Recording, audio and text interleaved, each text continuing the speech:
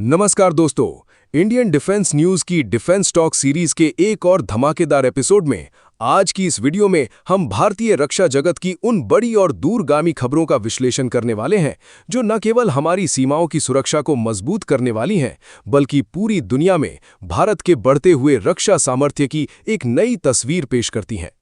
आज की वीडियो में हम कई ऐसे गंभीर और तकनीकी विषयों पर चर्चा करेंगे जिन्हें जानना हर डिफेंस लवर के लिए बहुत जरूरी है। जैसे कि क्या भारत अब वास्तव में मिडिल ईस्ट के अशांत माहौल के बीच अपने सबसे भरोसेमंद आकाश एयर डिफेंस सिस्टम को गल्फ देशों में तैनात करने की बड़ी तैयारी कर रहा है, और अगर ऐसा होता है तो ये भारत की एक्सपोर्ट पॉलिसी के लिए कितना बड़ा टर्निंग पॉइंट साबित होगा। इसके साथ ही हम वायुसेना के सबसे महत्वपूर्ण अपग्रेड यानी तेजस मार्क 1A में इजरायली मूल के X guard tow decoy system के इंटीग्रेशन पर भी बात करेंगे, क्योंकि आज के दौर में जब दुश्मन की मिसाइलें और रडार इतने एडवांस हो चुके हैं कि पुराने जैमर्स खुद ही विमान के लिए खतरा बन जाते हैं, तब ये डिकॉय सिस्टम कैसे एक जीवन रक्षक ढाल बनेगा। इसके अलावा हम भारतीय तोपखाने की रीढ़ कहे जाने वाले पिनाका रॉकेट सिस्टम के नए और घातक मार्क 3 वेरिएंट के बारे में भी बात करेंगे, जिसका मुकाबला सीधे तौर पर इजरायली एक्स्ट्रा रॉकेट सिस्टम से होने वाला है।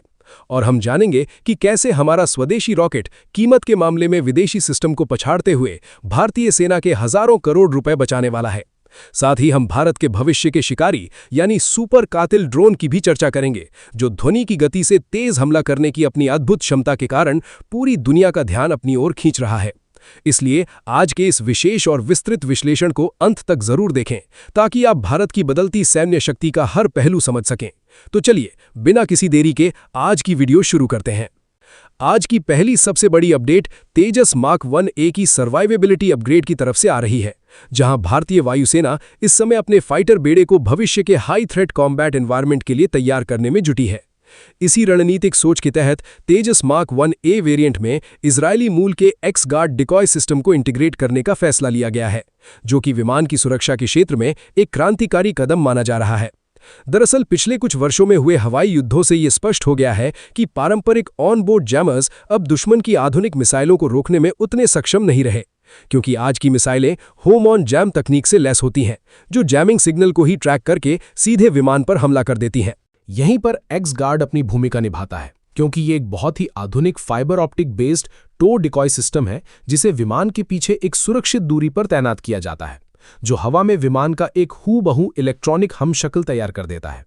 जब कोई दुश्मन मिसाइल विमान की ओर बढ़ती है तो वो असली तेजस और इस डिकॉय के बीच भ्रमित हो जाती है और अंततः असली विमान को छोड़कर उस डिकॉय से जा टकराती है, जिससे धमाका विमान से काफी दूर होता है और हमारा तेजस पूरी तरह सुरक्षित बच निकलता है। ये सिस्टम तेजस के लिए एक बहुस्तरीय सुरक्षा कवच तैयार करेगा, जहां एक तरफ उसका AESA रडार और इलेक्ट्रॉनिक वॉरफेयर सूट लंबी दूरी पर दुश्मन को उलझाएंगे और दूसरी तरफ एक्स गार्ड आखिरी ढाल बनकर काम करेगा, जिसे अब भविष्य के तेजस मार्क 2 और 5वीं पीढ़ी के AMCA विमानों के लिए भी अनिवार्य माना जा रहा है। अगली महत्वपूर्ण अपडेट भारतीय नौसेना की समुद्र के नीचे मारक क्षमता को लेकर है, जहां रूस की तरफ से भारत को अपनी सबसे घातक 3M14 कैलिबर PL मिसाइल का एक बहुत ही आकर्षक प्रस्ताव दिया गया है, जो नौसेना की लंबी दूरी की मारक क्षमता की मांग का एक सीधा जवाब है।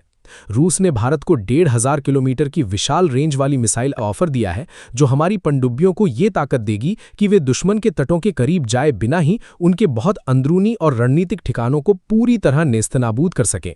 सबसे बड़ी तकनीकी खूबी ये है कि इस मिसाइल को लॉन्च करने के लिए किसी विशेष वर्टिकल लॉन्च सिस्टम की जरूरत नहीं है, बल्कि इसे सामान्य 333 mm की टॉर्पीडो ट्यूब से ही फायर किया जा सकता है, जिसका सीधा अर्थ ये है कि हमारी मौजूदा सिंधु घोष क्लास और नई कलवरी क्लास की पनडुब्बियों को बिना किसी बड़े बदलाव के एक खतरनाक स्ट्राइक प्लेटफॉर्म में बदला जा सकता है।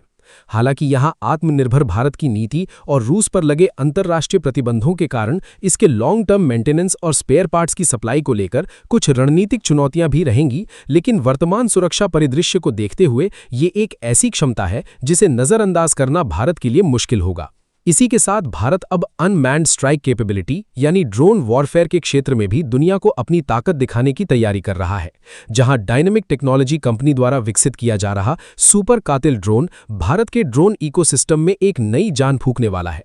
आमतौर पर दुनिया भर में जो लॉइटरिंग म्यूनिशन या आत्मघाती ड्रोन इस्तेमाल किए जाते हैं, वे धीमी गति के होते हैं, जिन्हें मार गिराना आसान होता है। लेकिन सुपर कातिल की सबसे बड़ी यूएसपी इसकी सुपरसोनिक गति होने वाली है, जो इसे किसी भी पारंपरिक डिफेंस सिस्टम के लिए लगभग अदृश्य और अजेय बना देती है। लगभग 350 किलोमीटर की स्ट्राइक रेंज और 35 किलो के घातक पेलोड के साथ ये ड्रोन दुश्मन के टैंकों और बंकरों पर किसी काल की तरह हमला करने में सक्षम होगा। और इसकी सबसे बड़ी खासियत इसका बिना जीपीएस के काम करना है, जिससे दुश्मन की इलेक्ट्रॉनिक जैमिंग इस पर बेअसर साबित होगी। ये ड्रोन पहाड़ियों और घाटियों के बीच से रडार से बचकर निकलने की क्षमता रखता है, जो इसे पहाड़ों पर छिपे दुश्मन के ठिकानों के लिए सबसे बड़ा खतरा बनाता है। और भविष्य में ये स्वॉर्म वॉरफेयर की दिशा में भारत की बढ़ती आत्मनिर्भरता का प्रतीक बनेगा। जब हम रक्षा सौदों की बात करते हैं तो स्वदेशी हथियारों की कम लागत हमेशा से एक बड़ा फायदा रही है, और यही बात डीआरडीओ के पिनाका मार्क 3 रॉकेट के मामले में भी साबित हो रही है,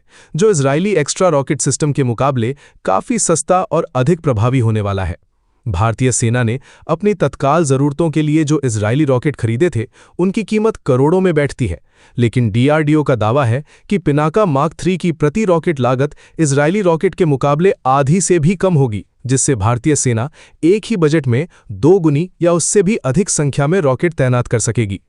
युद्ध की स्थिति में केवल हथियारों की क्वालिटी ही नहीं, बल्कि उनकी संख्या भी जीत तय करती है, और पिनाका मार्क 3 सेना को वो ताकत देगा कि वो दुश्मन के कमांड सेंटर्स और रसद डिपो पर रॉकेटों की ऐसी बारिश कर सके जिसका मुकाबला करना नामुमकिन होगा। पिनाका की सबसे बड़ी ताकत इसका मौजूदा इंफ्रास्ट्रक्चर के साथ तालमेल है, जिससे इसे बिना किसी देरी के सेना के तोपखाने में शामिल किया जा सकेगा, जो भारत के आत्मनिर्भर रक्षा विजन को एक नई ऊंचाई प्रदान करता है। आज की आखिरी और सबसे रणनीतिक खबर भारत के बढ़ते हुए रक्षा निर्यात और खाड़ी देशों के साथ हमारे बदलते संबंधों को लेकर है, जहां भारत अब अपनी स्वदेशी आकाश एयर डिफेंस मिसाइल प्रणाली को गल्फ देशों में तैनात करने की एक अनूठी योजना पर काम कर रहा है। ये योजना केवल एक साधारण हथियारों की बिक्री नहीं है, बल्कि भारत इसे फील्ड इवैल्यूएशन या लोन के आधार पर यूएई जैसे रणनीतिक साझेदारों को दे सकता है, ताकि हमारे सिस्टम को वहां की चुनौतीपूर्ण और वास्तविक युद्ध स्थितियों में खुद को साबित करने का मौका मिल सके।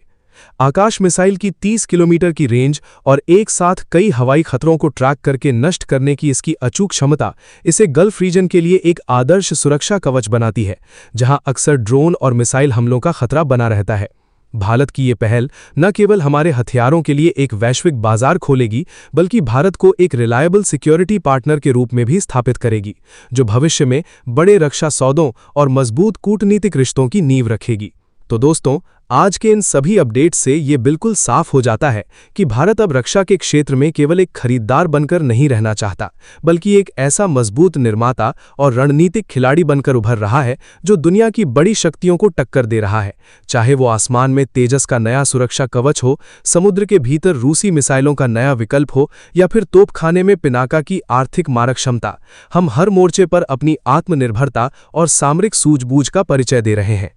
आपको आज की ये जानकारी और भारत की ये रणनीतिक छलांग कैसी लगी, और क्या आपको लगता है कि भारत के ये स्वदेशी हथियार विदेशी प्रणालियों को पूरी तरह रिप्लेस कर पाएंगे? अपनी राय कमेंट सेक्शन में ज़रूर बताएं। और अगर आपको हमारा ये प्रयास और ये जानकारी पसंद आई हो तो वीडियो को लाइक करें, ज़्यादा से ज़्यादा शेयर करें और हमारे चैनल को सब्सक्राइब करना बिल्कुल न भूलें, ताकि डिफेंस की कोई भी खबर आप तक पहुंचने से न चूके। मिलते हैं अगले वीडियो में कुछ और भी दिलचस्प और धमाकेदार डिफेंस अपडेट्स के साथ। तब तक के लिए अपना और अपनों का ख्याल रखें। जय हिंद, जय भारत।